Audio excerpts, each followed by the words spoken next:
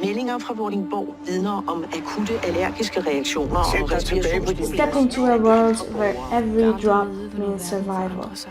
In the series The Rain. Kom efter et voldsomt regnskyld. Når den gør. As the skies turn deadly and a virus carried by rainfall wipes out almost all of Scandinavia's population, two siblings, Simone and Rasmus, embark on a perilous quest for safety. Du må finde Rasmus. Han er nøglen til det. Jeg kommer tilbage så hurtigt jeg kan. Det lover jeg.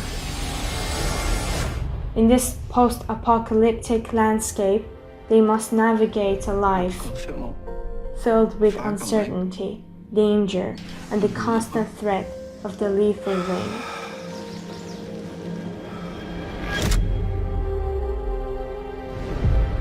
Along their journey, they join a group of young survivors. Alle blev slået ihjel, da regnen kom. Each carrying their own secrets and struggles. Jeg skal finde den bunker inden solnedgang. Det eneste, jeg er ansvarlig for, er Rasmus. Så tror jeg, verden er som før.